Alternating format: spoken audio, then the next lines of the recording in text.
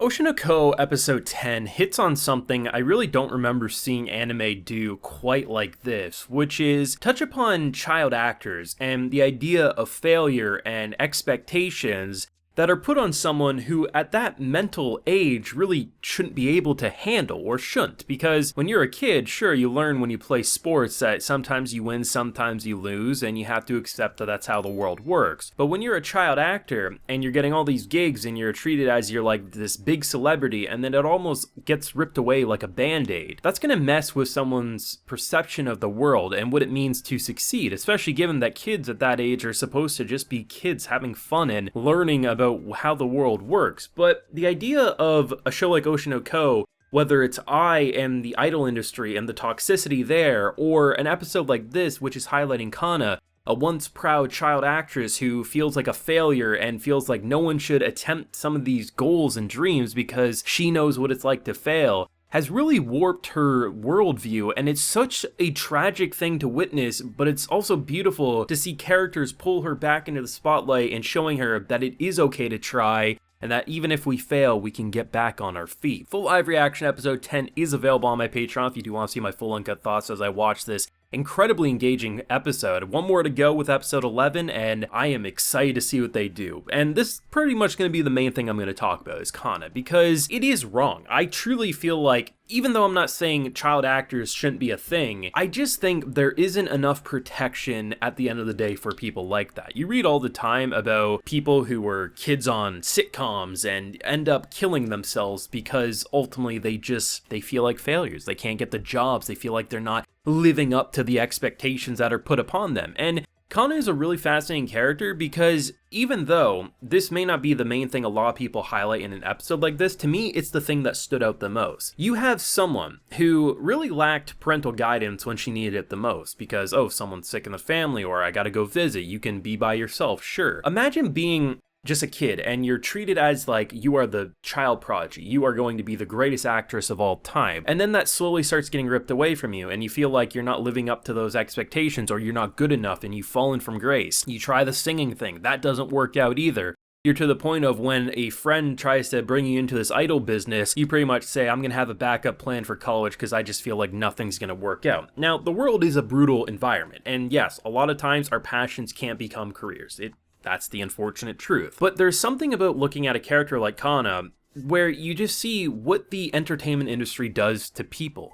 I mean, you can see what it does to just normal actors and actresses in their adult life. Hollywood is not a pleasant place. But imagine being a kid and instead of growing up around your friends and you're playing soccer, you're playing baseball, you're being a kid and having fun as a kid. Instead, you get rose up as if you're super special to then have it all crumble. Your mindset at that age is not capable of comprehending and dealing with that type of emotion the same way an adult or even a teenager would. And we're seeing that now as a girl becoming a young adult, she is so terrified of trying, of doing anything because she knows what that failure is like and she doesn't want to put other characters through it.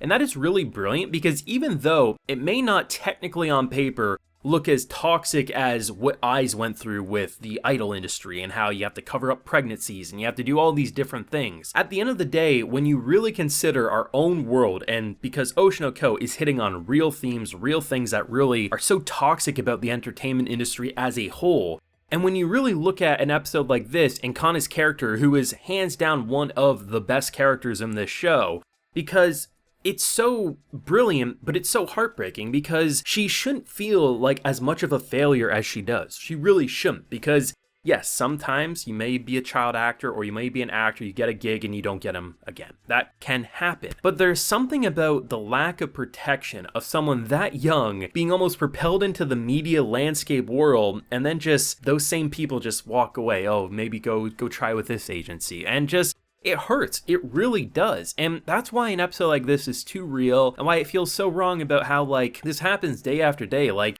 these kids get thrown into the spotlight. The worst is when there's like these famous parents and then they use their kids for like views or clips. I mean, you see it all the time on the YouTube, sadly, of these like vlogger families and how like those kids don't grow up with a normal life because there's a camera in their face 24/7.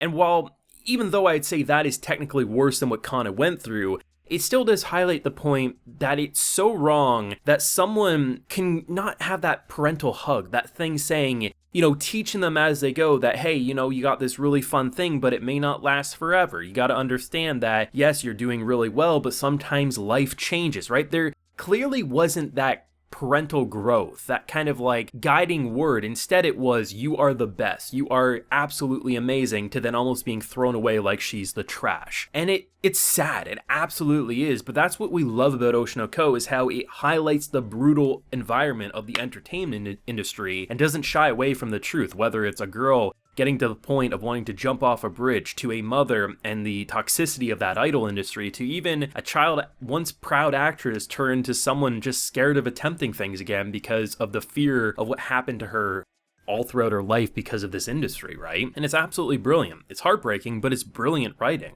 And honestly, this is probably one of my favorite episodes of the show just because it hits on something you really just don't see in anime too often. Now, it did have some very fun moments. I mean, our boy Aqua decides to put on the mask. At first, I didn't think it was him. I thought it really was him. And honestly, when they start kind of like hinting that it could be, I was like, oh, that'd be interesting, but I don't really see why you would do that. We get to hear the real Peon's voice, and honestly, Buddy's just ripped at the beach. I have to imagine he has a second mask because, I just feel like that's part of his character. He likes to wear it and flex around the ladies, but the idea that someone like Kana wouldn't really listen to Aqua right now, so instead using an identity that she would listen to. And I like the fact that almost immediately we go from her being madly in love with Aqua to then almost being like, he's rich and I feel something for him, I'm just gonna move on. I'm like, damn, Kana, you about to get a sugar daddy? So it's gonna be pretty hard for her to figure out her feelings, given that, was she just easily switched to a different person, or did she seemingly fall in love a second time because it was him all along and she just kind of like connected with the same type of energy? It's a hard thing for her. She already feels like she's being abandoned there, and obviously add in the idea of failure, it's a lot for her to deal with. But as I said last week, her lack of confidence is really the only thing holding this group back. She has the ability to be the center. She has a beautiful voice. She has the maturity to do things, especially given because of everything she's went through already in her life. A lot of it unfair in my opinion. But at the end of the day, if she overcomes that, which it feels like we're making the steps to get there, she will be a force to be reckoned with. But at the end of the day, Kana's life and her character in general highlights a major issue I think many people have with the entertainment industry, and how child actors or